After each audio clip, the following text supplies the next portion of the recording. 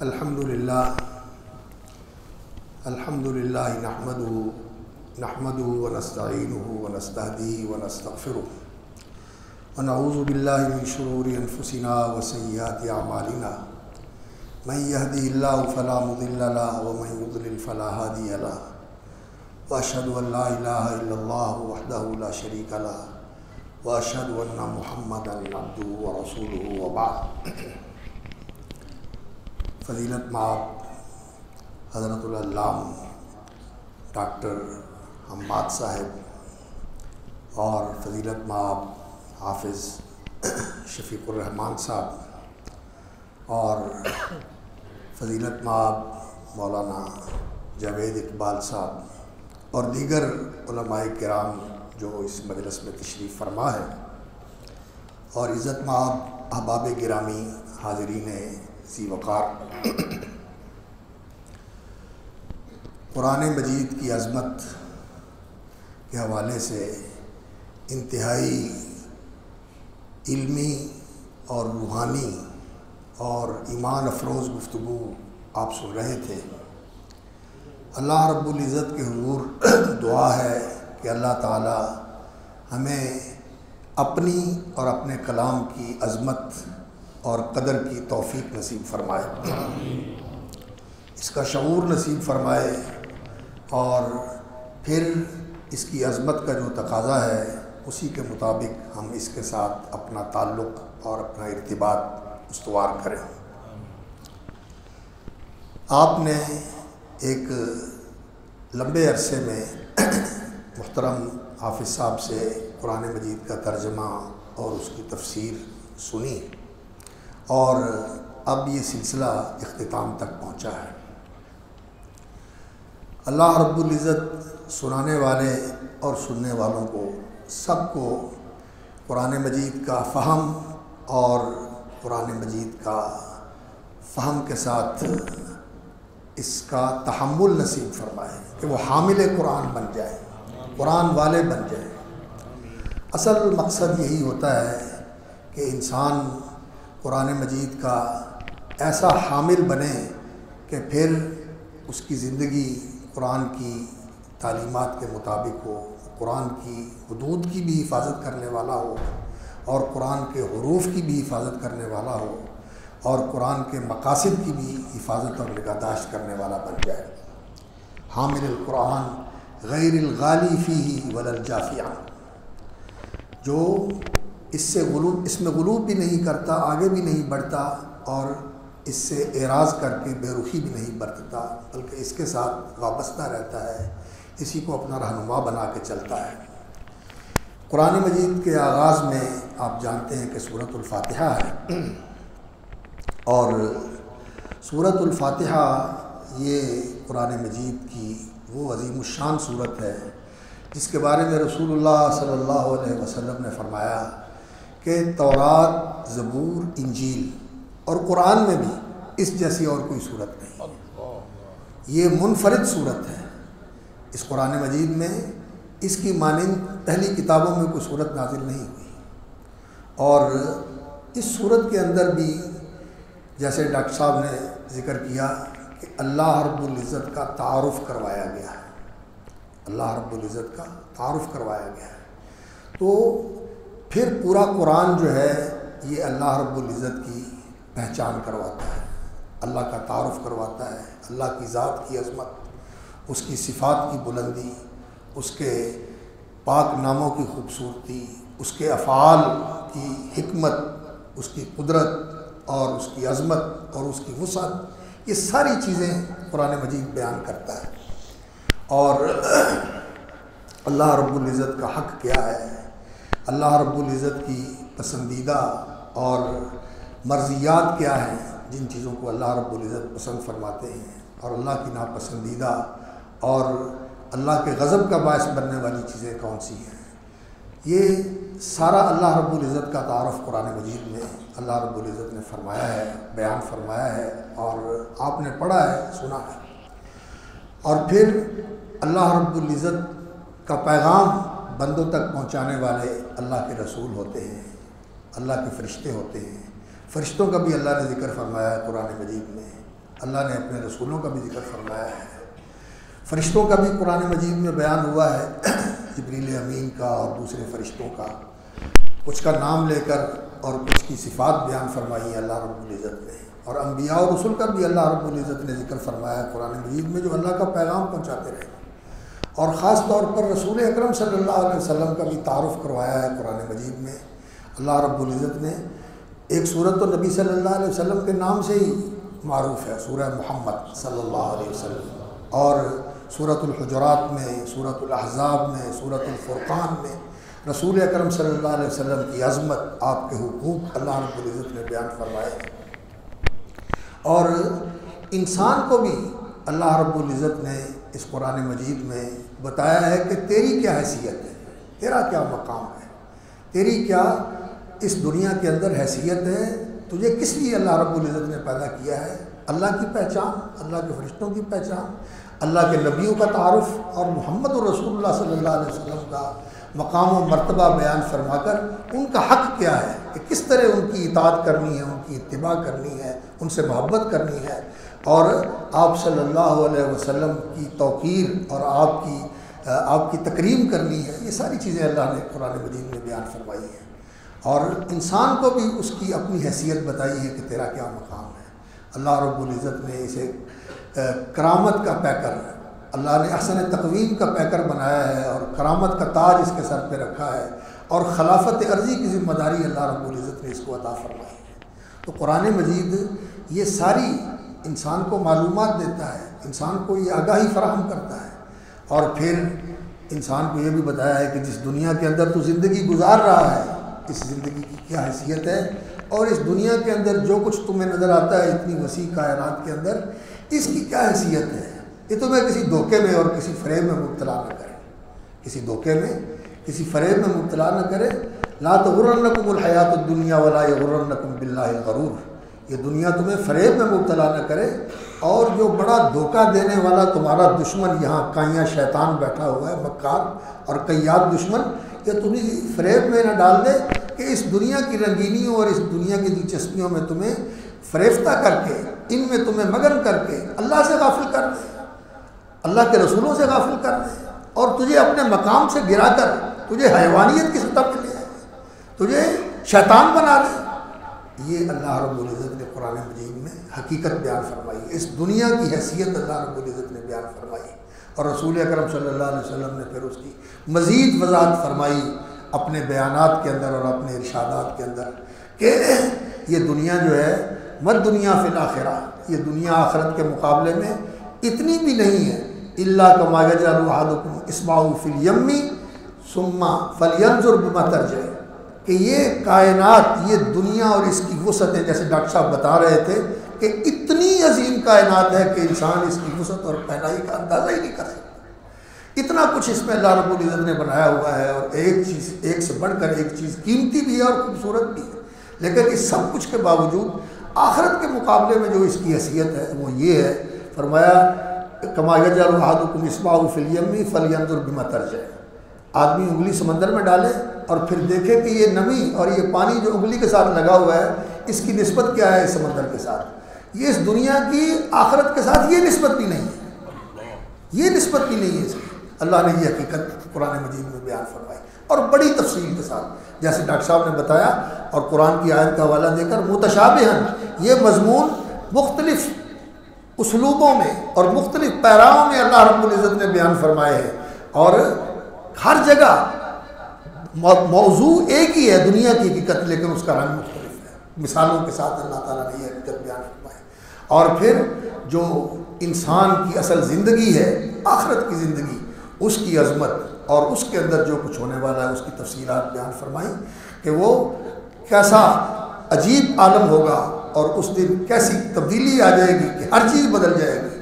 اور انسانوں کے یہ وجود بھی بدل جائیں گے، اور انسان کے احساسات اور انسان کے جذبات بھی بدل جائیں گے۔ آج تو یہاں انسان کے تعلق، دوستیاں، رشتے ناتے اور یہ آپس میں سارا انسان کا سلسلہ ہوتا ہے، لیکن اس دن یہ سب کچھ ختم ہو جائے گا، دوستیاں دشمنیوں میں بدل جائیں گی،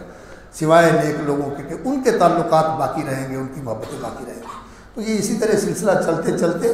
آخر تک پہنچتا ہے، اور آخر میں رسول اکرم صلی اللہ علیہ وسلم کو اللہ رب العزت نے پھر یہ بتایا ہے کہ یہ قرآن اور یہ دین، یہ شریعت جو اللہ تعالیٰ نے آپ کو عطا فرمائی ہے، انا اعطیناک الکوثر، یہ خیر کا خزانہ ہے، یہ ایسی خیر و برکت کی چیز ہے کہ جو اس کے ساتھ وابستہ ہو گیا اور جس نے اس کو اپنا لیا، اللہ رب العزت اس کو خیر سے مالا مال کر دیتا ہے، دنیا کی بھی خیر اور دین کی بھی خیر اور آخرت کی بھی خیر، دونوں جہانوں کی خیر اس کو اللہ تعالیٰ عطا فرما دیتے ہیں۔ لیکن اس کے لیے یہ ضروری ہے کہ انسان سچا موحد ہو، انسان سچا موحد ہو۔ سورۃ الکافرون جو ہے یہ شرک سے برات کی صورت ہے، یہ شرک سے برات کی صورت ہے۔ نبی صلی اللہ علیہ وسلم نے فرمایا سورۃ الملک، سورۃ سجدہ اور اسی طرح معوذات یہ پڑھ کر، دعائیں پڑھ کر آدمی جب سونے لگے تو سب سے آخر میں جو سورت تلاوت کر کے سوئے وہ سورۃ الکافرون ہے، وہ سورۃ الکافرون ہے۔ اور فرمایا کہ یہ اللہ رب العزت کی توحید کو مان کر، اللہ رب العزت سے اس چیز کا عہد کر کے کہ میرا شرک سے کوئی تعلق نہیں، براۃ من الشرک، شرک سے کلی بیزاری اور اظہار لا تعلقی کرنے کے بعد پھر انسان سو جائے، موت کی آغوش میں چلا جائے۔ نیند موت کی بہن ہے، موت کی آغوش میں جاتا ہے تو توحید کا اقرار کر کے شرک سے کلی برات کا اعلان کر کے انسان جائے۔ اور جب یہ انسان جس نے اپنا مقام پہچان لیا، اپنے رب کو پہچان لیا، اللہ کے رسولوں کو پہچان لیا، اللہ کے فرشتوں کے بارے میں علم رکھتا ہے کہ وہ میرے دائیں بائیں بیٹھے ہوئے ہیں، الیمین وعن الشمال قعید، اور میرا سب کچھ لکھ رہے ہیں، وَإِنَّا عَلَيْكُمْ لَحَافِظِينَ كِرَامًا كَاتِبِينَ، یہ میرا سب کچھ لکھا جا رہا ہے، اس کی پہچان رکھتا ہے۔ قرآن یہی تو چیز ہے جو انسان کو قدم قدم پہ یاد دلاتا ہے۔ قرآن ذکرہ ہے، قرآن ذکر ہے، قرآن ہدایت ہے، یاد دلاتا ہے۔ یہ چیزیں انسان کے ہر وقت کی یاد رکھنے کی ہیں۔ تو جب ایسا انسان اللہ کی معرفت رکھنے والا، اللہ کے فرشتوں کی معرفت رکھنے والا اور ان سے شرم کرنے والا، اللہ کے رسولوں کی معرفت رکھنے والا اور محمد الرسول اللہ صلی اللہ علیہ وسلم کے ساتھ تعلق رکھنے والا انسان جب ایسا انسان بن جاتا ہے کہ اسے دنیا کی بھی پتہ ہے حیثیت کیا ہے اور آخرت کا بھی پتہ ہے، اور وہ شرک سے کلی برات جو ہے وہ حاصل کر لیتا ہے، تو ایسے لوگوں کے لیے پھر اللہ رب العزت کی طرف سے فتح و نصرت کے دروازے کھل جاتے ہیں۔ سورۃ النصر، سورۃ النصر، پھر اللہ رب العزت نے سورۃ الفتح، سورۃ اذا جاء نصر اللہ والفتح، اللہ کی طرف سے مدد اور اللہ کی طرف سے کامیابی اور ظفر مندی اور فتح مندی کے دروازے اللہ رب العزت کھول دیتا ہے، اللہ رب العزت کے دروازے کھول دیتا ہے۔ اور پھر اس انسان کے جو دشمن ہیں اور اس انسان کے بارے میں جو سازشیں کرنے والے ہیں، اللہ رب العزت ان کو ناکام و نامراد بنا دیتا ہے۔ ویسے تو یہ رسول اللہ صلی اللہ علیہ وسلم کے لیے وعدہ ہے، لیکن جو وعدے رسول اللہ صلی اللہ علیہ وسلم کے لیے ہیں وہ رسول اللہ صلی اللہ علیہ وسلم پر ایمان لانے والے، آپ کی اطاعت کرنے والے، آپ کے نقش قدم پہ چلنے والے ہیں۔ جتنا ایمان ہوگا، جتنی آپ کی ساتھ وابستگی ہوگی محبت کے ساتھ، تعظیم کے ساتھ، اور جتنی آپ صلی اللہ علیہ وسلم کی ذات کی اطاعت اور اتباع کے اندر انسان اپنے آپ کو کامل کرنے کی کوشش کرے گا، اتنا ہی ان وعدوں کا حصہ اس کو بھی ملتا ہے آپ صلی اللہ علیہ وسلم کی وساطت سے۔ علماء نے یہ بات لکھی ہے۔ تو دشمنوں کو اللہ رب العزت ناکام کرتا ہے، اور آخر میں پھر سورۃ الاخلاص ہے، قل هو اللہ احد، یہ قرآن کے تہائی حصے کے برابر ہے، اور سورۃ الکافرون قرآن کے ربع حصے کے برابر ہے، وہ قرآن کے چوتھائی حصے کے برابر ہے۔ شرک سے برات کی صورت قرآن کے چوتھائی حصے کے برابر ہے، اور یہ اللہ رب العزت کی توحید اور اللہ رب العزت کی توحید کے اندر اخلاص پیدا کرنے والی صورت، جس کا نام ہی سورۃ الاخلاص ہے۔ یہ صورت جو ہے یہ قرآن کے تہائی حصے کے برابر ہے۔ اس کے پڑھنے سے اتنا ثواب ہوتا ہے جتنا انسان 10 سپارے پڑھے تو اللہ رب العزت ثواب دیتے ہیں، ایک صورت کو پڑھنے سے اتنا ثواب ہو جاتا ہے۔ اور یہ صورتیں جو ہیں قل یا ایھا الکافرون اور قل هو اللہ احد، اور پھر آخر میں جو 2 صورتیں ہیں قل اعوذ برب الفلق اور قل اعوذ برب الناس، انہیں معوذتین کہا جاتا ہے۔ ان کی ابتدا جو ہے قل سے ہوتی ہے، اور یہ قل کہو، اس کا معنی یہ ہوتا ہے کہ یہ بار بار پڑھنے کی صورتیں ہیں، بار بار پڑھنے کی صورتیں ہیں۔ اس لیے نبی صلی اللہ علیہ وسلم مغرب اور عشاء کی، مغرب کی نماز کے بعد جو سنتیں پڑھتے تھے اس میں بھی قل یا ایھا الکافرون اور قل هو اللہ احد پڑھا کرتے تھے، اور فجر کی جو سنتیں تھیں ان میں بھی نبی صلی اللہ علیہ وسلم قل یا ایھا الکافرون اور قل هو اللہ احد پڑھا کرتے تھے۔ یہ بار بار پڑھنے کی چیزیں ہیں۔ اور جیسے ڈاکٹر صاحب نے آپ کو بتایا کہ یہ الفاظ صرف منہ سے ادا کر کے ہوا میں تحلیل کر دینے والے نہیں ہیں. قرآن جو ہے یہ اس لیے ہے کہ اس پر تدبر کیا جائے اور انسان شعوری طور پر پڑھے. تو آپ نے ماشاءاللہ ترجمہ پڑھا ہے، امید ہے کہ آپ نے ترجمہ جو ہے نا یہ یاد کیا ہوگا، اور اب جو آپ قرآن کی تلاوت کرتے ہیں شعوری طور پر کرتے ہیں. قرآن ہدایت ہے، قرآن یاد دہانی ہے، قرآن اللہ کا واعظ ہے، یہ اللہ کی نصیحت ہے. تو جب انسان قرآن پڑھے تو اسے معلوم ہونا چاہیے کہ میں کیا پڑھ رہا ہوں، اور پھر اس تصور کے ساتھ کہ یہ اللہ کا کلام ہے اور یہ وہ کلام ہے جس کی یہ تاثیر تھی کہ اس نے صحابہ کرام کو کن پستیوں کے اندر وہ رہ رہے تھے وہاں سے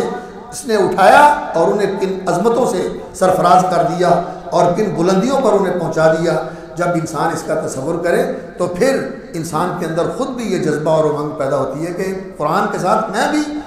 آگے بڑھنے کی اور اونچا جانے کی کوشش کروں. اور ان اللہ یرفع بہذا الکتاب اقواما ویضع به آخرین. تو سورہ اخلاص جو ہے یہ اللہ رب العزت کا تعارف ہے، یہ اللہ کا تعارف ہے، اور اس میں اللہ رب العزت کی پہچان کروائی گئی ہے. ویسے تو قرآن مجید میں بہت سارے مقامات ہیں ایسے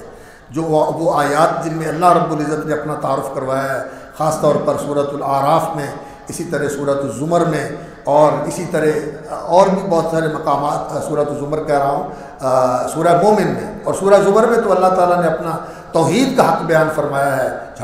توحید الوہیت. اور کئی جگہوں پر اللہ تعالیٰ نے اسماء و صفات کی توحید بیان فرمائی ہے، اور توحید ربوبیت یہ اللہ رب العزت نے قرآن مجید میں بیان فرمائی ہے. تو یہ تعارف قرآن مجید میں موجود ہے، لیکن ایک پوری صورت اور بڑی مختصر اور جامع ترین صورت اللہ رب العزت کے تعارف کی یہ سورۃ الاخلاص ہے. بسم اللہ الرحمن الرحیم. قل هو اللہ احد اللہ الصمد لم یلد ولم یولد ولم یکن لہ کفوا احد. اس میں اللہ اکبر جو معنی اور مفہوم ہے وہ آپ سمجھتے ہیں، لیکن جو چیز ملحوظ رکھنے کی ہر وقت، اللہ احد، اللہ یکتا ہے، یگانہ ہے، اس جیسا کسی بھی حوالے سے پوری کائنات کے اندر کوئی نہیں. اللہ کی احدیت، اس کی فردیت، وہ ایک ہے اور وہ یگانہ اور یکتا ہے کہ اس جیسا کوئی نہیں ہے. قل هو اللہ احد اللہ الصمد، وہ سب سے بڑھ کر ہے، اس کی سیادت اور اس کی برتری اور اس کی عظمت سب سے بڑھ کر ہے. سب کوئی بھی سیادت ہو، کوئی بھی برتری ہو، کوئی بھی عظمت ہو، وہاں آ کر سب ختم ہو جاتی ہیں. اس کے آگے سارے نیچ اور سارے ہیچ اور سارے فقیر اور سارے محتاج ہو جاتے ہیں. اس کے سامنے کوئی نہیں ہے جس کو کسی قسم کی کوئی عظمت حاصل ہو، اس کے سامنے سب فقیر اور ہیچ ہو جاتے ہیں. اللہ الصمد لم یلد ولم یولد ولم یکن لہ کفوا احد. اس کا خاندان کوئی نہیں، اس کی اولاد کوئی نہیں، اور کوئی اس کی فیملی نہیں ہے، کوئی اس کا خاندان نہیں ہے. لوگوں نے دیوتاؤں کے خاندان بنائے ہوئے ہیں، اور پیروں فقیروں کے ساتھ اور مخلوق کے ساتھ بھی لوگوں نے ایسا تعلق بنایا ہوا، کسی کو بیٹا بنا دیا، کسی کو بیٹی بنا دیا، کسی نے فرشتوں کو بیٹی بنا دیا، اور کسی نے لوگوں کو اللہ رب العزت کے بیٹے بنا دیا جو اللہ کے بندے اور اللہ کے رسول ہیں، عزیر اور حضرت عیسیٰ علیہ السلام. تو یہ سارا کام اللہ رب العزت نے اس کی نفی فرما دی، اور پھر کہا ولم یکن لہ کفوا احد. اللہ رب العزت کا ہمسر اور برابر کوئی نہیں ہے، سب اس سے نیچے ہیں اور اس کے فقیر ہیں اور اس کے محتاج ہیں. وہ سب کو دیتا ہے اور سب اسی سے مانگنے والے ہیں اور سب کو وہی دینے والا ہے. اور یہ عقیدہ اور یہ فکر اور اس طرح انسان کی تعمیر کر کے پھر انسان کو آخر میں یہ تعلیم دی گئی ہے اللہ رب العزت نے کہ اس زندگی کے اندر تو کمزور ہے اور تجھے بہت سارے شرور اور اشرار کا سامنا ہے. ان سے تحفظ اور ان سے بچاؤ اور ان سے عصمت کے لیے تمہیں اللہ رب العزت نے یہ تعلیم دی ہے کہ یہ صورتیں اللہ رب العزت نے 2 اتاری ہیں، اور نبی صلی اللہ علیہ وسلم نے ان کے بارے میں فرمایا کہ اللہ کی پناہ حاصل کرنے کے لیے اور تمام جسمانی، نفسیاتی اور روحانی اور معنوی اور مادی جتنی بھی شر کے پہلو ہیں، اذیت کے پہلو ہیں، ضرر رسانی کے پہلو ہیں، نقصان دینے والے، ان سب سے بچاؤ اور تحفظ کے لیے اللہ رب العزت نے یہ صورتیں آخر میں نازل فرمائی ہیں کہ انسان اللہ کی پناہ میں آ جائے اور اللہ کی پناہ میں پھر انسان اپنی زندگی بھی گزارے اور اپنی زندگی کے سارے معمولات کو بھی اللہ رب العزت کی پناہ کے اندر جاری رکھے۔ تو آخر میں جو دو صورتیں ہیں ان کا پورے قرآن کے ساتھ یہ تعلق ہے کہ انسان کو اس زندگی کے اندر اپنی راست روی کے لیے بھی اللہ کی مدد اور اللہ کی حفاظت کی ضرورت ہے کہ انسان راہ راست کے اوپر چلے، قرآن کے بتائے ہوئے راستے اور قرآن کی دی ہوئی ہدایت کے مطابق انسان چلے۔ اگر اللہ رب العزت کی پناہ اور اللہ کی حفاظت انسان کو حاصل نہ ہو تو انسان پھسل جائے۔ نفس بھی اندر دشمن بیٹھا ہوا ہے، شیطان جو ہے وہ بھی انسان کا دشمن ہے، اور پھر معاشرے کے اندر جو حالات ہیں یہ بھی ایسے ہیں کہ انسان کو قدم قدم پہ بہکاتے ہیں اور پھسلاتے ہیں، کبھی انسان ادھر جاتا ہے کبھی انسان ادھر جاتا ہے۔ تو اللہ کی پناہ اور اللہ کی حفاظت کی انسان کو ضرورت ہوتی ہے۔ تو یہ معوذتین، یہ دو صورتیں جڑواں ہیں، اور یہ کچھ علماء کا یہ خیال ہے کہ مکے میں بھی نازل ہوئی اور مدینہ میں بھی نازل ہوئی، لیکن اکثر علماء کا یہ خیال ہے کہ یہ دونوں مدنی ہیں، مدینہ منورہ میں نازل ہوئی، اور ان پر قرآن مجید کا اختتام ہوا ہے، اور یہ دعا سکھائی ہے اللہ رب العزت نے بندوں کو کہ وہ اللہ کی پناہ میں آئیں۔ پہلی صورت ہے سورۃ الفلق، بسم اللہ الرحمن الرحیم، قل اعوذ برب الفلق، بسم اللہ الرحمن الرحیم۔ اس کا معنی ہوتا ہے اللہ کا نام لے کر، بسم اللہ کا معنی اللہ کا نام لے کر پڑھتا ہوں، شروع کرتا ہوں، کھاتا ہوں، کام کرتا ہوں، جو بھی ہے اللہ کا نام لے کر۔ امام ابن جریر ابن طبری رحمۃ اللہ علیہ نے فرمایا بسم اللہ، اللہ کے نام کے ساتھ، یعنی اللہ کے نام لے کر، اللہ کے نام لے کر میں یہ کام شروع کرتا ہوں، اور اللہ کے نام میں بڑی برکت ہے۔ تبارک اسم ربک، تیرے رب کا نام بڑی برکت والا ہے۔ تو برکت والا نام لے کر اور اس سے مدد لے کر اور اس سے توفیق حاصل کر کے انسان جو ہے وہ کام شروع کرتا ہے۔ اللہ، یہ وہ اللہ رب العزت کا ذاتی نام ہے جو تمام اسماء حسنہ کو جامع ہے۔ یہ نام جب ہم لیتے ہیں اللہ، تو اس کے اندر اللہ تعالیٰ کے تمام صفاتی نام آ جاتے ہیں۔ تو اللہ یہ ایسا نام ہے، حقیقت یہ ہے کہ جس وقت انسان یہ نام لیتا ہے، ویسے جس وقت ہم اللہ کہتے ہیں تو انسان کا اندر جو ہے وہ محسوس کرتا ہے کہ میرے منہ سے جو بڑا کلمہ نکلا ہے اس کا میرے اوپر اثر ہوا ہے، اور جتنا اللہ کی معرفت اور اس کی عظمت اور اس کی محبت اور اس کے لیے اخلاص انسان کے دل میں بڑھتا ہے، اسی وقت اسی طرح اسی کے بقدر انسان کے اس کلمے کے اندر زور، تاثیر اور اس کے اندر قوت پیدا ہوتی ہے۔ اللہ کے نام اتنا عظیم نام ہے، حدیث میں آتا ہے لا یذکر مع اسم اللہ شیء، اللہ کے اس نام کے برابر وزن میں کوئی چیز نہیں ہو سکتی، یہ سب سے وزنی چیز ہے، اتنی عظیم چیز ہے اللہ رب العزت کا نام کہ کوئی چیز بھی اس کے مقابل میں رکھی جائے تو وہ بے حیثیت ہو جاتی ہے۔ اللہ کا نام بہت ہی عظمت والا ہے، اور جو لوگ اس نام پہ محنت کرتے ہیں اور اس نام کو پکاتے ہیں اور اس نام کو اپنے اندر بساتے ہیں اور اپنے اندر اس کو رچاتے ہیں، تو پھر ان کے اس اللہ کہنے میں بڑی تاثیر ہوتی ہے۔ ڈاکٹر صاحب کے والد گرامی، ان کا بھی یہی، ان کی بھی ماشاءاللہ یہ عادت ہے، اللہ اکبر کہتے ہیں۔ ان کے والد ماجد حضرت مولانا محی الدین لکھوی رحمۃ اللہ علیہ، وہ بھی اپنی تقریر میں بہت اس کا استعمال کیا کرتے تھے۔ اور حضرت عبداللہ غزنوی رحمۃ اللہ علیہ جو سید داؤد غزنوی کے دادا جان تھے، ان کے بارے میں آتا ہے کہ مولانا شبلی نعمانی ایک دفعہ ان کے درس میں آئے، ان کا امرتسر آنا ہوا اور ان کے درس میں بیٹھے تو وہ درس دے رہے تھے، اور جس وقت وہ اللہ کہتے تھے تو مجلس کے اوپر عجیب کیفیت طاری ہوتی تھی۔ تو شبلی نعمانی نے کہا کہ جس وقت ان کے منہ سے اللہ نکلتا ہے تو دل پگھل جاتا ہے، دل پگھل جاتا ہے۔ تو اس لفظ اللہ کے اندر اتنی حلاوت ہے اور اس کے اندر اتنی تاثیر ہے۔ سچی بات یہ ہے کہ انسان کا جی چاہتا ہے کہ ہر وقت انسان سبحان اللہ، الحمدللہ، لا الہ الا اللہ، اللہ اکبر، اللہ کا نام لیتا رہے، اللہ کا نام لیتا رہے۔ اسی میں زندگی ہے، اسی میں قوت ہے، اسی میں برکت ہے، اسی میں تاثیر ہے۔ بسم اللہ، اللہ کا نام لے کر، اللہ کا نام لے کر، الرحمن الرحیم، جو بے حد مہربان ہے۔ رحمان یہ اللہ رب العزت کی ذاتی صفت کو، رحمت اللہ کی ذاتی صفت ہے، اللہ رحمت ہے، اللہ رب العزت بہت ہی مہربان ہے، اور الرحیم یہ اللہ رب العزت کی فعلی صفت ہے کہ وہ اپنی مخلوق پر بہت زیادہ رحم کرنے والا ہے، اور اس کے اس رحم کرنے میں تسلسل اور دوام ہے، ہمیشہ اپنی مخلوق کو اپنی رحمتوں سے مالا مال فرماتا ہے۔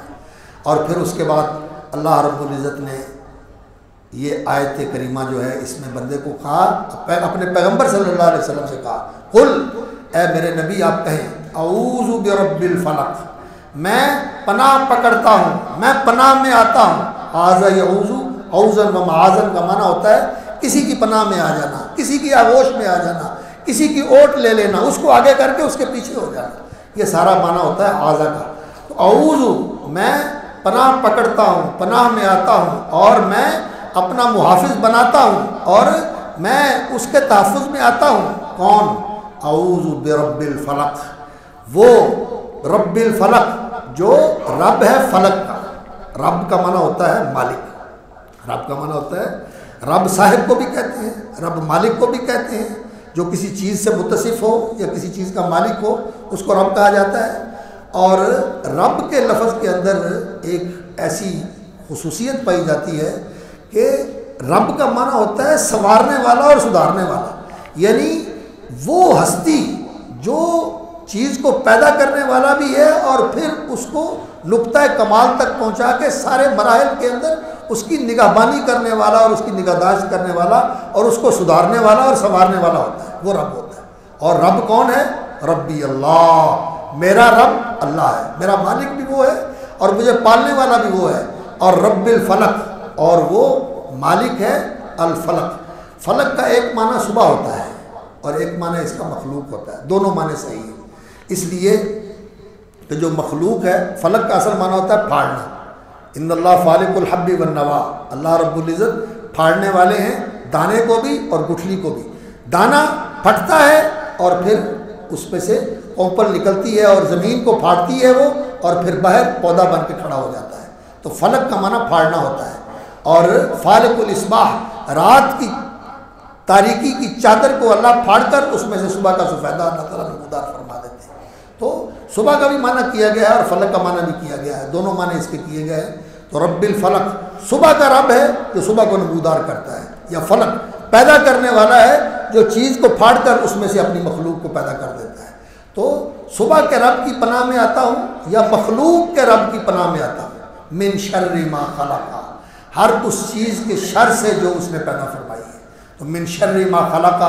اس کائنات کے اندر اللہ رب العزت نے بہت ساری ایسی چیزیں بنائی ہوئی ہیں جن کے اندر شر کا پہلو بھی ہے، جیسے شیاطین ہیں،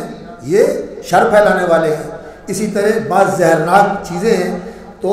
ان زہرناک چیزوں کے اندر اللہ رب العزت نے زہر رکھا ہوا ہے۔ بعض درندے ہیں جو چیر پھاڑ کرنے والے ہیں، ایسی چیزیں اللہ رب العزت نے بنائی ہوئی ہیں۔ اس کی حکمت ہے اور اس کی اس تخلیق کے اندر، اللہ رب العزت کی اس تخلیق کے اندر، کہ اس نے نافع چیزیں بھی بنائی ہوئی ہیں اور ایسی بھی چیزیں بنائی ہوئی ہیں جن کے اندر خیر کا پہلو ہوتا ہے انسان کے لیے۔ جیسا کہ آج کل دیکھتے ہیں کہ بہت ساری ایسی بیماریاں ہیں کہ زہروں کے ساتھ ان کا علاج کیا جاتا ہے، کینسر کا علاج کیا جاتا ہے اور کئی چیزوں کا علاج کیا جاتا ہے۔ تو اللہ رب العزت نے یہ چیزیں بنائی ہوئی ہیں، ان کے اندر فائدہ ہے۔ تو شر کا جو ان کے اندر پہلو ہے، وہ شر بھی انسان کے لیے خیر کا باعث بنتا ہے مجموعی طور پر۔ تو من شر ما خلق، جو کچھ اللہ رب العزت نے بنایا ہے اس میں جو شر کا پہلو ہے اس سے میں اللہ رب العزت کی پناہ میں آتا ہوں۔ من شر ما خلق، جو بھی مخلوق کے اندر، اس میں تمام مخلوقات کے اندر شر اور ضرر، ایذا رسانی، تکلیف دہی،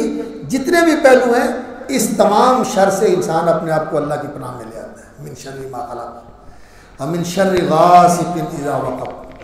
یہ جملہ مخلوقات کا ذکر کرنے کے بعد کہ ان کے شر سے میں اللہ کی پناہ میں آتا ہوں،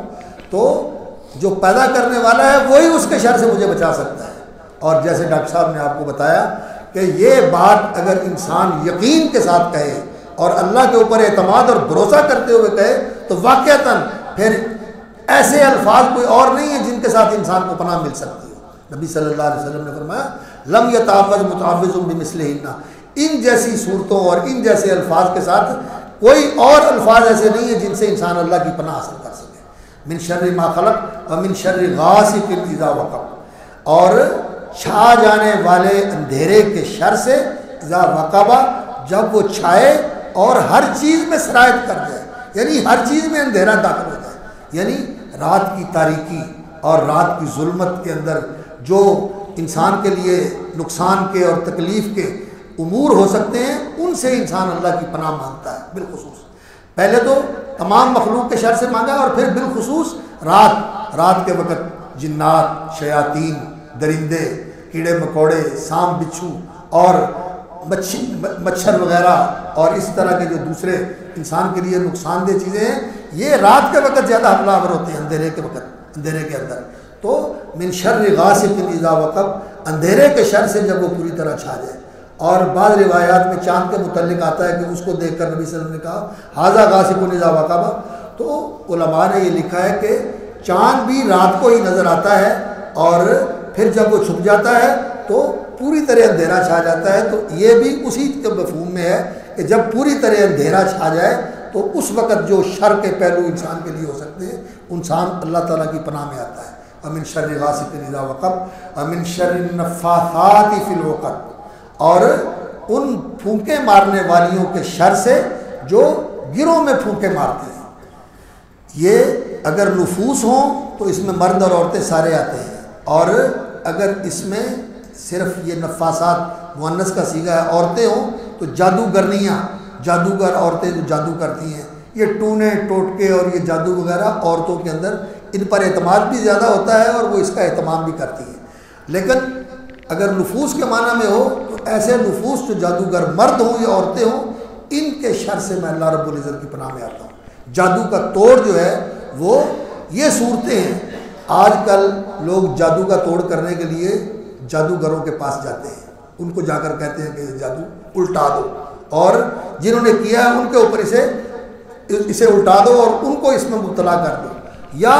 اور ایسے لوگوں کے پاس جا کے اس طرح کے کام کرتے ہیں. جو رسول اکرم صلی اللہ علیہ وسلم کو اللہ رب العزت نے تعلیم دی ہے اللہ پر اعتماد کرتے ہوئے توحید کے یقین کے ساتھ انسان کہ اللہ کے اذن کے بغیر کوئی چیز مؤثر نہیں ہو سکتی اور کسی چیز سے ساتھ انسان کا نقصان نہیں ہو سکتا. تو یہ انسان اگر اللہ رب العزت سے پناہ مانگے تو من شر النفاثات فی العقد، یہ گروں کے اندر تانتے لے کر، دھاگے لے کر اور ڈوریاں لے کر ان کے اندر گرے دیتے ہیں اور ان گروں کے اندر پھونکے مارتے ہیں اور ان میں سوئیاں اور کانٹے چبوتے ہیں اور مجسمے بنا کر ان کے اوپر ان کو لپیٹ دیتے ہیں اور اس طرح جادو کے عمل کرتے ہیں. ان سب کے شر سے اس طرح پناہ مانگی گئی ہے. وَمِن شَرِّ النَّفَّاثَاتِ فِي الْعُقَدِ وَمِن شَرِّ حَاسِدٍ إِذَا حَسَدَ، اور اسی طرح حاسد کے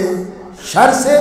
جب وہ حسد کے اندر غلطاں و پیچا ہوتا ہے اور اس کا حسد جو ہے وہ اس کے اندر ہیجان پیدا کرتا ہے اور پھر وہ اس حسد کی وجہ سے انسان کو نقصان پہنچانے کی کوشش کرتا ہے، اس کے شر سے بھی میں اللہ کی پناہ میں آتا ہوں. تو حسد جو ہوتا ہے وہ یہ ہوتا ہے کہ انسان کسی کو نعمت میں دیکھے، خوشحالی میں دیکھے، عزت میں دیکھے، کسی راحت اور آرام میں دیکھے تو اس کے دل میں یہ چیز ہو کہ اس کو یہ کیوں ملا ہوا ہے، اس کو یہ کیوں ملا ہوا ہے، اللہ کرے اس کے پاس نہ رہے، اور اس سے جلن اور کڑن محسوس کرے اور دل میں یہ بات آئے کہ اس سے زائل ہو جائے، مجھے ملے یا نہ ملے اس کے پاس نہ رہے. ایک تو یہ ہے کہ انسان کے اندر یہ احساس اور شعور پیدا ہو، اور دوسرا یہ ہے کہ پھر انسان اس کے ساتھ اور زیادہ اس کے برتلک بد زبانی شروع کر دے یا اس کو نقصان پہنچانے کے لیے سرگرم ہو جائے کہ اس سے اس نعمت کو زائل کروا دوں، میں اس کو اس سے محروم کروا دوں. یہ اس حسد کی وجہ سے انسان کی اس طرح کی کوششیں بڑھ جاتی ہیں. تو من شر حاسد اذا حسد، یہ حسد جو ہے بہت ہی بری چیز ہے، اس سے بچنا چاہیے. ایک حدیث میں آتا ہے یاکم والحسد، حسد سے بچو. یہ حسد جو ہے یہ نیکیوں کو کھا جاتا ہے جیسے آگ ایندھن کو کھا جاتی ہے. یا کلو الحسنات کما تاکل النار الحطب. تو حسد سے بچنا چاہیے اور حاسدوں کے شر سے بچنے کے لیے اللہ کی پناہ میں آنا چاہیے. اور یہ صورت جو ہے ان مخلوق کے شر کے اندر جتنے بھی پہلو ہیں، یہ مادی پہلو ہو من شر ما خلق یا مانوی ہو، اور من شر النفاثات فی العقد یہ جادوگرنیاں، اور اسی طرح یہ حاسدین جو ہے یہ مانوی طور پر اور مادی طور پر بھی انسان کو نقصان پہنچانے کی کوشش کرتے ہیں. تو ان کے شر سے بچنے کے لیے یہ صورت جو ہے اس کے اندر تعلیم دی گئی ہے کہ ہم اللہ رب العزت کی پناہ حاصل کریں. قل اعوذ برب الفلق من شر ما خلق ومن شر غاسق اذا وقب ومن شر النفاثات فی العقد ومن شر حاسد اذا حسد. میں اللہ کی پناہ میں آتا ہوں ہر اس چیز کے شر سے جو اس نے پیدا کی ہے.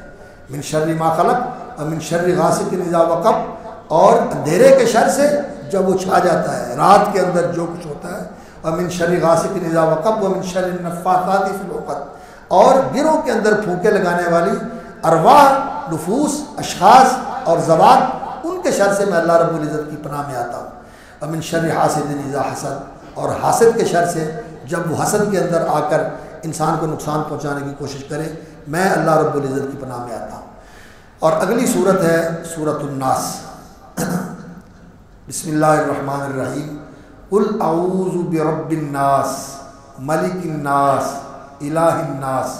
من شر الوسواس الخناس الذی یوسوس فی صدور الناس من الجنۃ والناس۔ اللہ اکبر۔ اس کو سورۃ الناس کہتے ہیں اس لیے کہ اس میں لفظ ناس آیا ہے، ویسے تو یہ تحفظ کی صورت ہے، پناہ حاصل کرنے کی صورت ہے، اللہ کی پناہ میں آنے کے لیے پڑھنے کی صورت ہے۔ قل اعوذ برب الناس، میں پناہ میں آتا ہوں، پناہ پکڑتا ہوں رب الناس، لوگوں کے رب کی، لوگوں کا پالن ہار، لوگوں کا مالک، لوگوں کا خالق، لوگوں کی دیکھ بھال کرنے والا، ان کی پرورش کرنے والا اور ان کی نگہبانی کرنے والا رب الناس۔ اللہ رب العزت کی ربوبیت، اللہ کی ربوبیت، اور ملک الناس، جو لوگوں کا بادشاہ ہے، وہ رب بھی ہے اور حکم بھی اسی کا ہے۔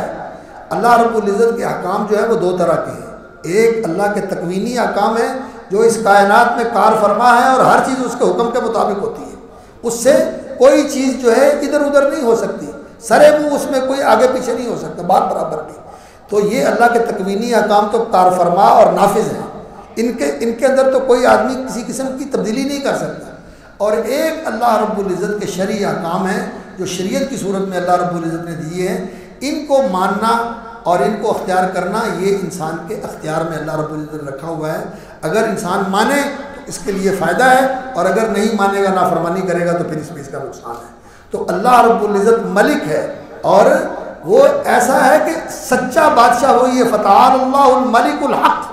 حق سچا بادشاہ اللہ رب العزت ہے، اسی کے لیے بادشاہی ہے۔ اس لیے الا لہ الخلق والامر، پیدا کرنے والا وہ ہے تو حکم دینے کا بھی اسی کا حق ہے۔ تو اللہ ملک الناس، لوگوں کا بادشاہ ہے، اور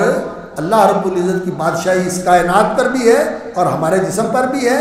اور ہماری زندگیوں کے اندر بھی اللہ رب العزت کی بادشاہی ہے، ہمیں اسی کے احکام کے مطابق چلنا چاہیے۔ ملک الناس الہ الناس، اور وہ لوگوں کا معبود ہے، برحق ہے، سچا معبود ہے۔ الہ اس ہستی کو کہا جاتا ہے جس کی محبت اور جس کی تعظیم انسان کے دل کے اندر اس طرح ہو کہ اپنی عاجزی، اپنا تذلل اور اپنا خضوع اور اپنی فروتنی اور اپنا عجز اور اپنی نیاز مندی، یہ ساری انسان اس کے سامنے پیش کرے، وہ ہوتا ہے الہ۔ اور پھر اس کے ساتھ جو محبت ہے، یہ محبت انسان کے دل میں ایسی ہو کہ ہر وقت اس کی کشش اس کو اس کی طرف مائل رکھے، اس کی طرف انسان کا جھکاؤ رہے، انسان کا میلان اس کی طرف رہے، اور انسان اس کے قریب سے قریب تر ہونے کی کوشش کرتا رہے۔ علی الفصیل الی امہ، کہتے ہیں کہ بچہ جو ہے اونٹنی کا لپک کے ماں کی طرف چلا گیا۔ تو الہ وہ ہستی ہے جس کے لیے انسان کے دل میں ہر وقت یہ لپکا ہو کہ میں اس کی طرف جاؤں، میں اس کی طرف بڑھوں۔ الہ الناس وہ ایک ہی ہستی ہے جس کے طرف ہر وقت بڑھنے کا اور اس کے قریب ہونے کا اور اس کی رضا حاصل کرنے کا اور اس کی خوشنودی حاصل کرنے کا جذبہ ہر وقت انسان کے دل میں موجزن رہے، اور ہر وقت انسان کے دل میں یہ امنگ رہے کہ وہ مجھ سے راضی ہو جائے اور میں اس کے قریب ہو جاؤں اور مجھے اس کی قربت مل جائے اور مجھے اس کی خوشنودی مل جائے۔ الہ الناس، یہ لوگوں کا الہ۔ اور یہ الہ کون ہے؟ الہکم الہ واحد لا الہ الا هو الرحمن الرحیم، یہ اللہ رب العزت ہے، اور ما من الہ الا الہ واحد، اس کے سوا کوئی الہ نہیں ہے۔ تو ملک رب الناس، لوگوں کا پروردگار اور لوگوں کا بادشاہ اور لوگوں کا سچا الہ، میں اس کی پناہ میں آتا ہوں۔ اعوذ برب الناس ملک الناس الہ الناس من شر الوسواس الخناس۔ وسوسہ کا معنی ہوتا ہے ایسی آواز جو دور سے آئے اور انسان کو اپنی طرف متوجہ کرے، اس میں تھوڑی سی لطافت اور حلاوت ہو جو انسان کو اپنی طرف کرے، جیسے زیور اور گونگر اور اس طرح کی چیزوں کی چھنکار ہوتی ہے اور جھنکار ہوتی ہے، تو وہ آدمی کو اپنی طرف متوجہ کرتی ہے، اس کو وسوسہ کہتے ہیں۔ تو وسوسہ کا معنی یہ ہوتا ہے کہ دل میں کوئی چیز ڈالی اور ایسی چیز ڈالی دل میں جس کی طرف انسان کے دل کا میلان ہو جاتا ہے، انسان کا جھکاؤ ہو جاتا ہے۔ من شر الوسواس، یہ دل میں وسوسہ ڈالنے والا، اور وسوسہ ایسا کہ پھر یہ دل کو اچھا لگتا ہے اور دل اس کی طرف مائل ہوتا ہے اور دل اس کے ساتھ جڑ جاتا ہے۔ اس وسوسہ انداز کے شر سے، یہ وسوسے ڈالنے والے کے شر سے، الخناس، اور یہ وسوسہ ڈال کے اور پھنسا کے پھر بھاگ جاتا ہے، پیچھے ہو جاتا ہے۔ وسوسہ ڈالا، دل میں بات ڈالی اور پھر پیچھے ہٹ گیا۔ خناسہ کا معنی ہوتا ہے ظاہر ہو کر چھپ جانا، ظاہر ہو کر چھپ جانا۔ وسوسہ اندازی کرتا ہے اور وسوسہ اندازی کر کے پھر چھپ جاتا ہے۔ من شر الوسواس الخناس الذی یوسوس فی صدور الناس من الجنۃ والناس، جو لوگوں کے سینوں میں، لوگوں کے دلوں میں وسوسے ڈالتا ہے، غلط چیزوں کا رجحان پیدا کرتا ہے، غلط چیزوں کا شوق پیدا کرتا ہے اور انہیں خوشنما بنا کے پیش کرتا ہے۔ اور یہ الشیطان یعدکم الفقر ویامرکم بالفحشاء والمنکر، یہ دین کے کاموں سے روکتا ہے، اللہ کی طرف جانے سے روکتا ہے، اور برائی اور بے حیائی کے کاموں کو مزین کر کے، آراستہ کر کے انسان کو ان کی طرف راغب کرتا ہے۔ تو یہ شیطان ہے۔ من شر الوسواس الخناس الذی یوسوس فی صدور الناس، جو لوگوں کے دلوں میں وسوسے ڈالتا ہے، من الجنۃ والناس۔ یہ من الجنۃ والناس وہ جنوں میں سے بھی ہے اور انسانوں میں سے بھی ہے۔ اس کے بارے میں علماء نے یہ لکھا ہے کہ یہ الذی یوسوس کی بھی تفسیر ہو سکتی ہے اور الذی یوسوس فی صدور الناس، الناس کی بھی تفسیر ہو سکتی ہے۔ اگر الناس کی یہ تفسیر ہو تو لوگوں کے دلوں میں، یعنی جنوں اور انسانوں کو جو وسوسے ڈال کر گمراہ کرتا ہے، شیطانوں کو بھی گمراہ کرتے ہیں۔ شیطانوں میں کے اندر بھی، جنوں کے اندر بھی مسلمان ہیں۔ وَأَنَّهُ كَانَ رِجَالٌ وَأَنَّا مِنَ الْمُسْلِمُونَ وَمِنَ الْقَاسِطُونَ، جنوں کے اندر مسلمان بھی ہیں اور ان میں نافرمان بھی ہیں، ان میں مسلمان ہیں، تو ان کو بھی گمراہ کرنے والے شیاطین ہیں۔ اور یہ شیاطین جو ہیں، جو جنوں کو گمراہ کرتے ہیں، یہ انسانوں کو بھی گمراہ کرتے ہیں۔ یہ وَكَذَلِكَ جَعَلْنَا لِكُلِّ نَبِيٍّ عَدُوًّا شَيَاطِينَ الْإِنسِ وَالْجِنِّ،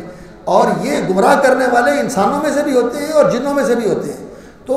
وسوسہ اندازی کرنے والے من الجنۃ والناس، لوگوں کے دلوں میں، من الجنۃ، یہ ناس کا لفظ جیسے رجال کا لفظ وَأَنَّهُ كَانَ رِجَالٌ مِّنَ الْجِنِّ جنوں پر بولا جاتا ہے، اسی طرح علماء کہتے ہیں کہ تغلیباً یہ یعنی ایک لفظ کے اندر دوسرے کو بھی شامل کر دینا، اس کے اندر مضمن کر دینا اس کو، تو یہ ناس سے مراد جن اور انسان دونوں ہیں۔ جنوں اور انسانوں کو گمراہ کرنے والے جو وسوسہ انداز ہیں، وہ کئی تو شیاطین ہوتے ہیں جو لوگوں کو گمراہ کرتے ہیں، اور کئی انسان بھی ان کو گمراہ کرتے ہیں، ان کے ساتھ تعلق قائم کر لیتے ہیں اور ان سے غلط کام لیتے ہیں اور ان کو غلط کاموں کے اوپر لگاتے ہیں، اور ان کا آپس میں ایک دوسرے کا استمتاع بعضنا ببعض، ایک دوسرے سے فائدہ اٹھاتے ہیں۔ انسان بھی ان کو گمراہ کرتے ہیں اور وہ بھی انسانوں کو گمراہ کرتے ہیں، جیسا کہ اللہ تعالیٰ رب العزت نے سورۃ الانعام میں اس کا ربنا استمتع بعضنا ببعض وبلغنا اجل اللہ۔ تو اللہ رب العزت نے یا تو یہ کہا کہ، یا تو اس آیت کا یہ معنی ہے کہ وہ وسوسہ اندازی کرنے والے لوگوں کے دلوں میں، اور یہ لوگ جن کے دلوں میں وسوسے ڈالتے ہیں یہ جنوں سے بھی ہیں اور انسانوں میں سے بھی ہیں، یا یہ اللہ جو وسوسوں کی تفسیر ہے، یہ اس کی تفصیل ہے جو وسوسے ڈالتے ہیں فی صدور الناس، لوگوں کے دلوں میں، یہ وسوسہ اندازی کرنے والے من الجنۃ، جنوں میں سے بھی ہیں اور انسانوں میں سے بھی ہیں، یعنی شیاطین الجن اور شیاطین الانس، یہ جو لوگوں کے دلوں میں وسوسے ڈالتے ہیں، ان کے شر سے میں اللہ کی پناہ میں آتا ہوں۔ اب اس صورت کے اندر ایک ہی چیز ہے جس کے شر سے اللہ رب العزت نے ہمیں پناہ مانگنے کی تلقین فرمائی ہے، اور 3 اللہ تعالیٰ کی صفات کا ذکر کیا گیا ہے، رب الناس، ملک الناس، الہ الناس۔ تو اس کا مطلب یہ ہے کہ یہ وسوسہ اندازی والا جو شر ہے یہ انسان کے لیے انتہائی خوفناک ہے، اور اس سے انسان کو بہت زیادہ اللہ رب العزت سے پناہ طلب کرنی چاہیے اور اللہ کی پناہ میں آنے کی کوشش کرنی چاہیے۔ لیکن یہ پناہ طلب کرنا صرف اگر الفاظ کے ساتھ ہو کہ انسان یہ الفاظ پڑھ کے سمجھے کہ میں نے پناہ طلب کر لی، اس طرح بات نہیں بنے گی جب تک کہ انسان شیطان کی راہوں پہ چلنا نہ چھوڑے اور شیطان کے ساتھ دشمنی نہ کرے اور خود شیطانی حرکتوں کے اوپر عمل کرنا نہ چھوڑے، جو شیطان کی بتائی ہوئی سکھائی ہوئی راہیں ان کے اوپر چلے اور اللہ سے اس کے شر سے پناہ مانگتا رہے، یہ تو کوئی بات نہ ہو۔ اگر انسان صحیح معنوں میں پناہ مانگنا چاہتا ہے تو انسان جیسے کسی نقصان دہ چیز کے پاس نہیں جاتا، اس سے دور ہوتا ہے اور اللہ کی پناہ طلب کرتا ہے۔ اسی طرح شیطان کی راہوں پہ نہ چلے، شیطان کے ہتھ کنڈوں کا شکار نہ ہو اور شیطان کے وسوسے سے اوپر عمل نہ کرے، تو پھر ہی جو ہے نا انسان کو اللہ رب العزت اس اپنی پناہ میں لے گا۔ جب انسان خود شیطان بن جائے اور شیطان کا کارندہ بن جائے اور اس کی راہوں پہ چلنے والا بن جائے اور یہ الفاظ پڑھے، تو پھر تو یہ الفاظ بے اثر ہو جاتے ہیں۔ اس لیے انسان شیطان سے اللہ کی پناہ مانگتا ہے اور اللہ رب العزت کی پناہ میں آنا چاہتا ہے، تو پھر شیطان کی راہوں کی طرف بھی نہ جائے، پھر اس کی بات پہ کان بھی نہ دھرے اور اس کے ساتھ دشمنی کرے۔ ان الشیطان لکم عدو فاتخذوہ عدوا، یہ تمہارا دشمن ہے، اسے دشمن بنا کے رکھو، اسے پوری دشمنی کرو۔ اور دشمنی یہی ہے کہ انسان نہ اس کی بات مانے، نہ اس کی بات سنے، نہ اس کے ساتھ دوستی کرے، اور اللہ رب العزت کی بات سنے، اللہ کی بات مانے اور اللہ رب العزت کو اپنا دوست بنائے۔ اور سچی بات یہ ہے کہ اللہ رب العزت نے قرآن مجید میں یہ شکوہ کیا ہے، افتتخذونہ وذریتہ اولیاء من دونی، یہ تمہیں کیا ہو گیا جو تمہارا دشمن ہے، اللہ کو چھوڑ کر تم اس کے ساتھ دوستی کرتے، اس کو دوست بنایا ہوا، اس کی باتیں مانتے۔ تو شیطان کی شر سے پناہ میں آنے کے لیے شیطان کی دوستی چھوڑنی ہے اور اس کی بات ماننا چھوڑنا ہے اور اللہ رب العزت کی پناہ میں آنا ہے۔ اور اللہ رب العزت سے دعا ہے کہ اللہ رب العزت ہمیں قرآن مجید کا فہم بھی نصیب فرمائے اور اس پر عمل بھی نصیب فرمائے، اور قرآن کے ساتھ ایسا جوڑے کہ ہمارا اللہ کے ساتھ تعلق قائم ہوگا۔ قرآن یہ ایک ایسا لنک ہے، یہ ایک ایسا رابطہ ہے، یہ ایک ایسا رشتہ ہے جو بندے کو اللہ کے ساتھ جوڑتا ہے۔ جیسا کہ حدیث میں آیا، رسول اکرم صلی اللہ علیہ وسلم نے فرمایا، القرآن، اللہ رب العزت نے یہ قرآن اتارا ہے اور وہ طرفہ بید اللہ و طرفہ بایدیکم، اس کا ایک سرا اللہ کے ہاتھ میں اور ایک تمہارے ہاتھ میں ہے۔ تو قرآن اللہ کے ساتھ جوڑنے والی چیز ہے، اور جب انسان اس کو پڑھتا ہے اور پھر اس کے مطابق عمل کرتا ہے، جعلہ امامہ، تو قرآن اس کا ہاتھ پکڑ کے جنت میں لے جاتا ہے۔ اور اگر اس سے اعراض کرتا ہے، اس کی مخالفت کرتا ہے، اس سے منہ موڑتا ہے، اس کو پسے پش ڈالتا ہے، تو پھر قرآن ہانک کے جہنم کی طرف لے جائے گا۔ تو اللہ تعالی ہمیں قرآن کی قدر کرنے، اس کے فہم کی، اس پر تدبر کی اور اس پر عمل کی توفیق عطا فرمائے، اور محترم حافظ صاحب کی زندگی میں اور ان کے علم و فضل میں اللہ تعالیٰ مزید برکت فرمائے، اور ان کا یہ علمی اور روحانی فیض جاری رکھے، اور آپ حضرات کو بھی اللہ تعالیٰ مزید توفیق عطا فرمائے کہ آپ ان خیر کے کاموں میں اسی طرح منہمک رہیں اور اسی طرح ان میں ذوق شوق کے ساتھ حصہ لیتے رہیں، اور اللہ رب العزت اسے قبول فرما کے ہمارے لیے ذخیرہ آخرت بنائے اور ہمارے میزان حسنات میں اسے شامل فرما کے قیامت والے دن اللہ تعالیٰ ان لوگوں میں شامل فرما دے جن کی قرآن سفارش کرے گا اور جن کا ہاتھ پکڑ کے اللہ کی بارگاہ میں لے جائے گا کہ یہ میرے ساتھی آ گئے، یہ میرے ہیں، انہوں نے میرے ساتھ تعلق بنایا تھا، تو یا اللہ ان کی عزت افزائی فرما، ان کا اکرام فرما، تو اللہ تعالیٰ پھر اپنی شان کے مطابق ان کا اکرام فرمائے گا۔ اللہ تعالیٰ ہمیں ان لوگوں میں شامل فرمائے۔ وآخر دعوانا الحمدللہ رب العالمین۔ اللہم لک الحمد، اللہم لک الحمد کلہ ولک الشکر کلہ، اللہم لک الحمد ملء السماوات وملء الارض وملء ما بینہما وملء ما شئت من شیء بعد، حق ما قال العبد وکلنا لک عبد، اللہم لا مانع لما اعطیت ولا معطی لما منعت ولا ينفع ذا الجد منک الجد۔ اللہم صلی علی محمد وعلی آل محمد کما صلیت علی ابراہیم وعلی آل ابراہیم انک حمید مجید۔ اللہم بارک علی محمد وعلی آل محمد کما بارکت علی ابراہیم وعلی آل ابراہیم انک حمید مجید۔ اللہم ارحمنا بالقرآن العظیم، اللہم ارحمنا بالقرآن العظیم وانفعنا بالقرآن العظیم، اللہم ارحمنا بالقرآن العظیم وانفعنا بالقرآن العظیم وارفعنا بالقرآن العظیم، اللہم ارفعنا بالقرآن العظیم، اللہم اجعل القرآن العظیم لنا شافعا مشفعا، اللہم اجعل القرآن العظیم لنا شافعا مشفعا واجعلہ لنا حجتا و اماما، واجعلہ لنا حجتا و اماما، واجعلہ لنا حجتا و اماما، اللہم ذکرنا منہ ما نسینا وعلمنا منہ ما جہلنا۔ اے اللہ ہم پر قرآن کے ذریعے رحمت فرما، تو رحمان ہے، تو نے قرآن سکھایا ہے اور قرآن تیری رحمتوں کا ذریعہ ہے، تیری رحمتوں کا منبع ہے، تیری رحمتوں کا خزانہ ہے۔ اللہ قرآن کے ذریعے ہم پر رحمت فرما دے۔ اے اللہ قرآن کو ہمارے لیے نافع بنا دے، ہمارے لیے ہادی بنا دے، ہمارا رہبر بنا دے، ہمارا شافع بنا دے، اللہ ہمارے لیے برکتوں کا خزانہ بنا دے۔ اللہ قرآن کے ذریعے ہمیں اپنی برکات سے مالا مال فرما، قرآنی برکات سے مالا مال فرما۔ یا اللہ روحانی برکات، ایمانی برکات، ایمانی فیوز، روحانی فیوز ہمیں قرآن سے نصیب فرما۔ اللہ یہ قرآن لوگوں کو بلند کرنے والا ہے، یا اللہ تیرے قرب کا ذریعہ بن جائے اور تیرے قریب ہو کر ان بلندیوں تک پہنچنے کا ذریعہ بن جائے تو نے اپنے بندوں کے لیے جو رکھی ہوئی ہیں۔ یا اللہ ہمیں تیرا قرب دلانے والا بن جائے قرآن مجید ہمارے لیے، کہ اس پر عمل کر کے، اس کی تلاوت کر کے، اس سے محبت کر کے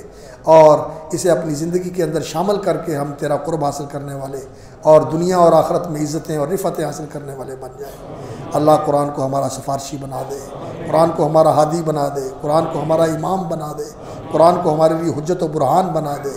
اللہ قرآن کے ساتھ جوڑ دے، قرآن کا پڑھنا، قرآن کا سمجھنا، اس پر عمل کرنا اور پھر اس کی اشاعت کرنا اور پھر اس کی اقامت دنیا کے اندر اس کے مطابق پوری دنیا کو لے کے آنے کی کوشش کرنا اور پوری دنیا میں اس کے مطابق لوگوں کی زندگیاں ڈھالنے اور چلانے کی کوشش کرنا، اس کوشش کرنے والا بھی ہمیں بنا دے۔ یا اللہ قرآن کی اقامت کرنے والا بھی ہمیں بنا دے، ہم قرآن کو قائم کرنے والے بن جائیں، اس کی خدمت کرنے والے بن جائیں۔ اللہ ہمارے بھائی حافظ شفیق الرحمان صاحب کی زندگی میں برکت فرما، ان کے علم و فضل میں برکت فرما، ان کے تقوی اور اخلاص میں برکت فرما، اور یا اللہ جن بھائیوں نے ان سے قرآن پڑھا ہے، قرآن کی تفسیر سنی ہے، یا اللہ ان سب کو برکت دے، یا اللہ ان سب کو اجر عظیم سے نواز۔ یا اللہ قرآن کی برکت سے ہماری زندگیوں میں ایمان کا نور لے آ، یا اللہ ہدایت کی حلاوت لے آ، اور یا اللہ دین کی محبت لے آ، اپنی اور اپنے رسول کی محبت لے آ۔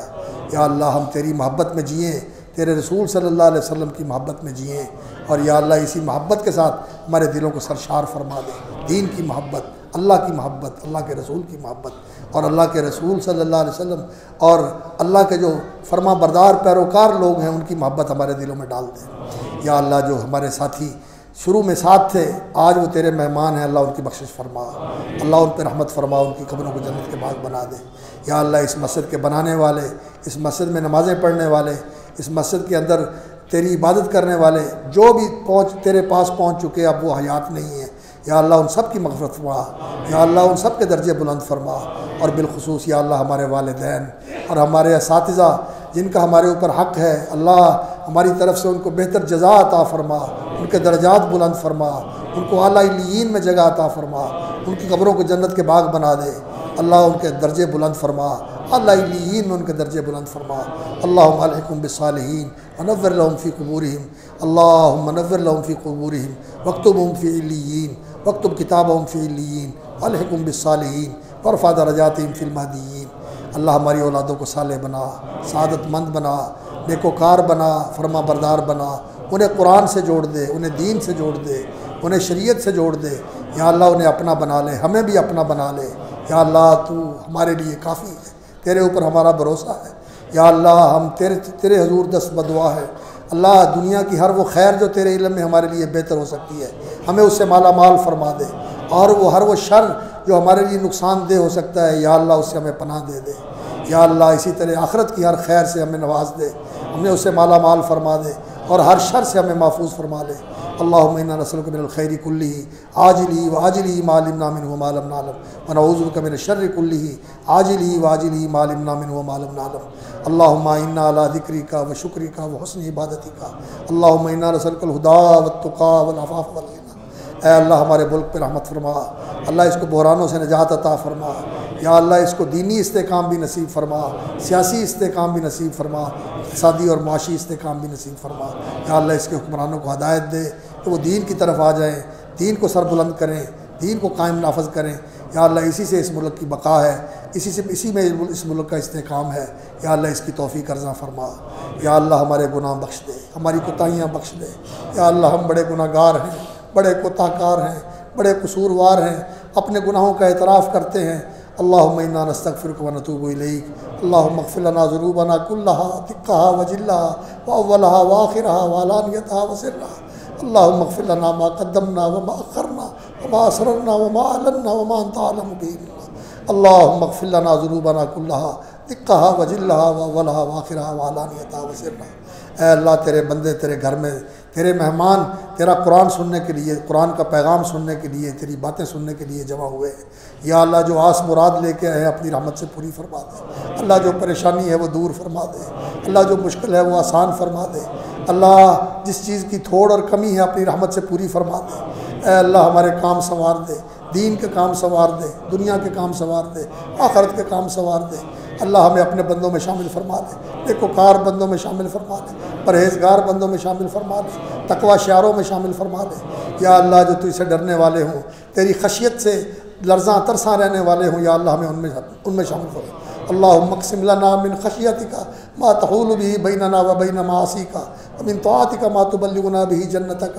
ومن الیقین ما تهون به علینا مصیبات الدنیا اللہم متعنا باسماعنا وابصارنا وقواتنا ما احییتنا واجعله الوارث منا اللہم اجعل ثارنا علی من ظلمنا وانصرنا علی من عادانا ولا تجعل مصیبتنا فی دیننا ولا تجعل الدنیا اکبر ہمنا ولا مبلغ علمنا ولا تسلط علینا بذنوبنا من لا يرحمنا ولا يخشاك فینا ربنا آتنا فی الدنیا حسنہ وفی الآخرۃ حسنہ وقنا عذاب النار ربنا تقبل منا انك انت السميع العليم وتب علينا انك انت التواب الرحيم وصلى الله تعالى على عبده ورسوله محمد وعلى اله وصحبه اجمعين آمين يا رب العالمين برحمتك يا ارحم الراحمين.